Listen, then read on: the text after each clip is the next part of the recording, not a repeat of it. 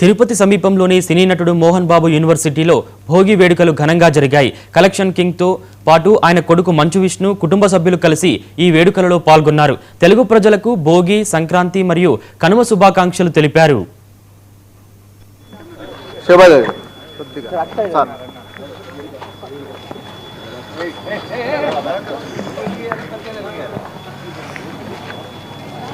Journalist సోదరులారా, మీరు తిరుపతి నుంచి, చంద్రగిరి నుంచి చాలామంది వచ్చారు. అంటే మీరు ఎన్ని గంటలకు లేచి ఉంటే ఇక్కడ రాగలిగారు. ముందు మీ అందరికీ నూతన సంవత్సరం సంక్రాంతి శుభాకాంక్షలు. మీ ఇంటిల్లపాది క్షేమంగా ఉండాలని మనసా వాచా కోరుకుంటున్నాను.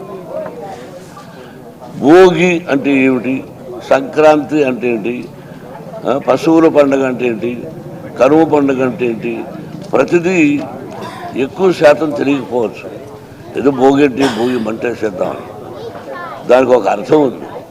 ప్రతి పదానికి ఒక అర్థం, పరమార్థం ఉంటుంది. అలాగే బలిచక్రవర్తి పాతాళలోకం నుంచి భూలోకంలోకి వచ్చే రోజు ఆయన బాగా సంతోషపెట్టాలి అంటారు. అందుకని భోగి మంట పాత వస్తువులన్నీ దానిలో వేసేసి మనకు పనికిరానటివి